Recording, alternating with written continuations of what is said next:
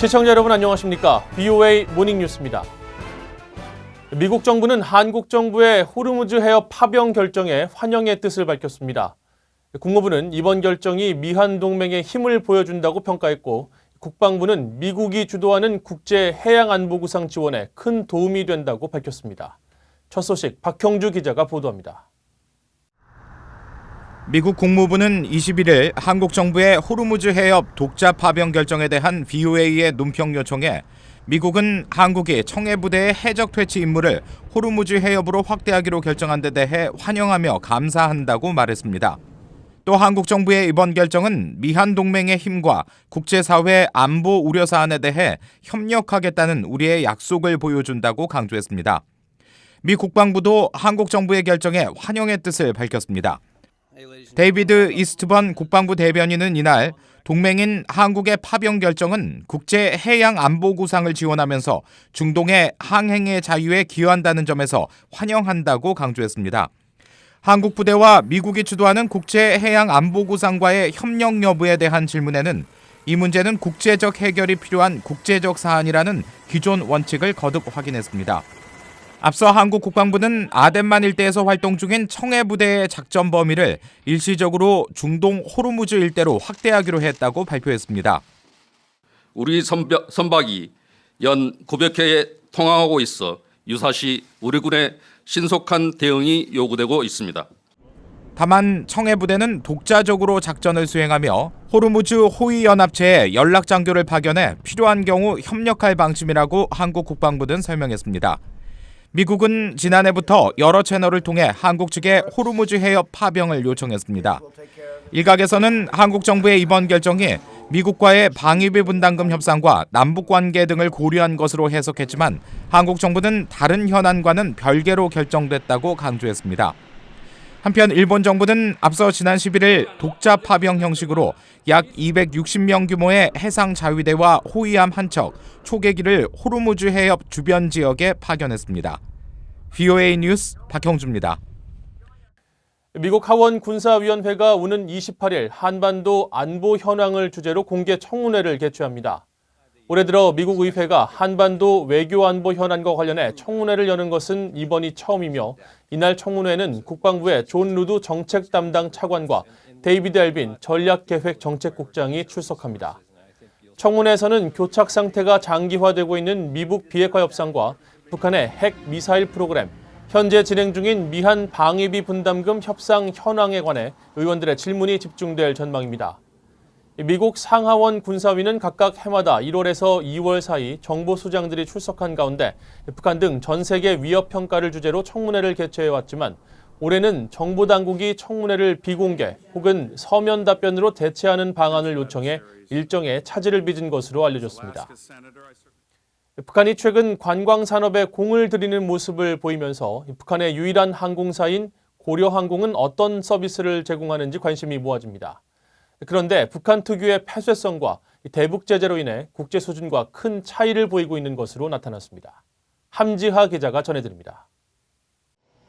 북한의 유일한 항공사인 고려항공 웹사이트에는 승객들을 위한 비상연락 전화번호가 5개나 안내돼 있습니다. 하지만 이 중 연결이 가능한 번호는 하나도 없었습니다. 지금 찾고 있는 그런 번호는 없습니다. 번호를 다시 알아봐 주십시오. 이번에는 실시간 예약 시스템인 것처럼 보이는 웹사이트 서비스를 통해 예약을 시도해봤습니다.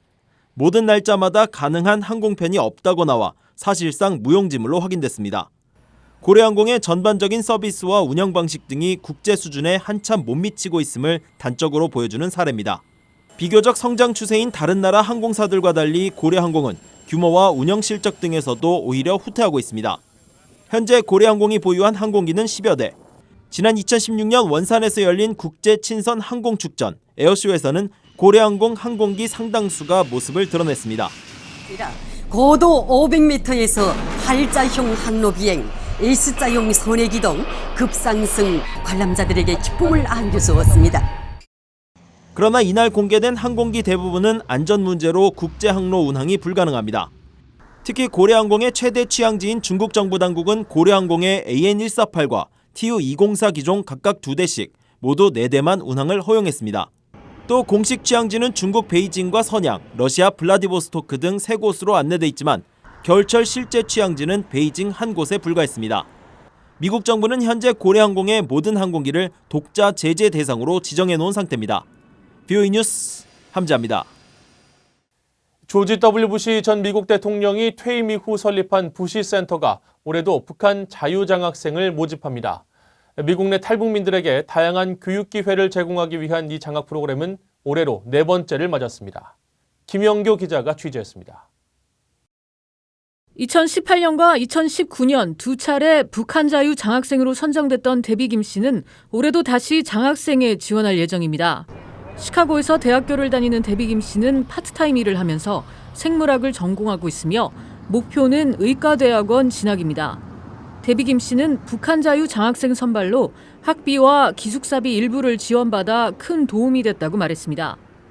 학비 내는데 그게 도움이 됐고요. 그리고 두 번째 탔을 때는 제가 캠퍼스에서 살았거든요. 네, 그래서 캠퍼스에서 사는 그 비용도 도움이 됐어요.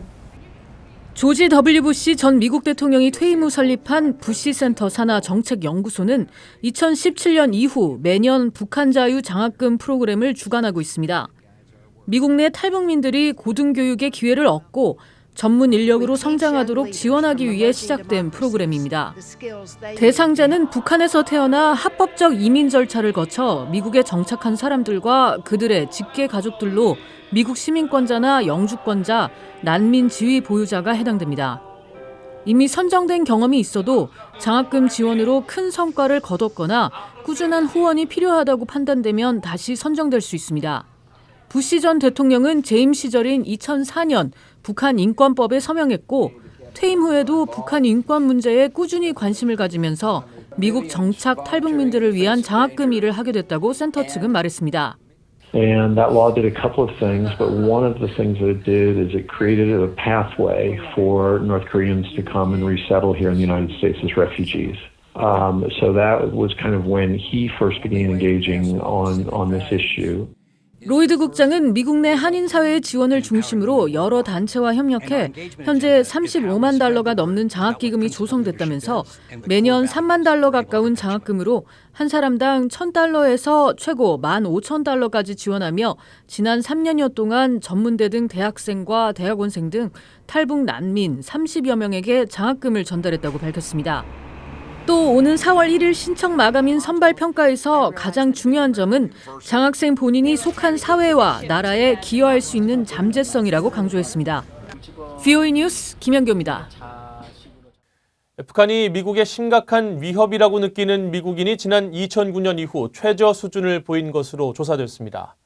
미국 CNN 방송이 지난 16일에서 19일 여론조사 전문기관인 SSRS와 미국 성인 1,156명을 대상으로 실시한 설문조사에서 북한이 미국의 매우 심각한 위협이라고 답한 응답자는 29%, 다소 심각한 위협은 37% 등 총 66%가 북한을 심각한 위협이라고 답했습니다.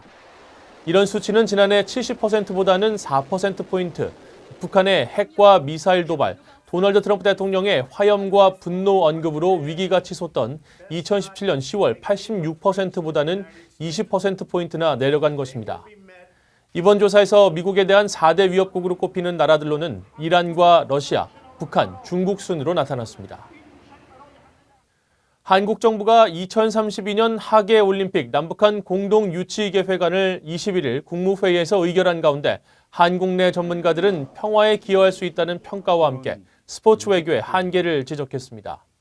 한국통일연구원 조한범 선임연구원은 VOA에 경제건설 총력 집중 노선을 선택한 북한 김정은 위원장이 제재 국면에서 남은 것은 관광과 스포츠 교류, 인도적 지원이라며 상황에 따라 한국 정부의 남북관계 개선 노력에 응할 가능성도 있다고 전망했습니다.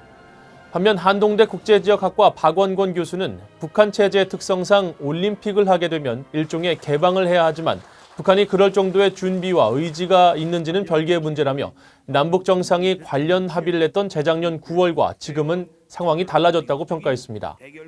또 대북제재의 저촉 가능성이 큰 만큼 안보리 대북제재위원회는 물론 미국 등과의 지속적인 협의가 필요하며 북한 측의 재원 조달 방안 문제 역시 논의가 필요하다는 지적도 나왔습니다. 이상으로 VOA 모닝뉴스를 마칩니다. 시청해주신 여러분 고맙습니다.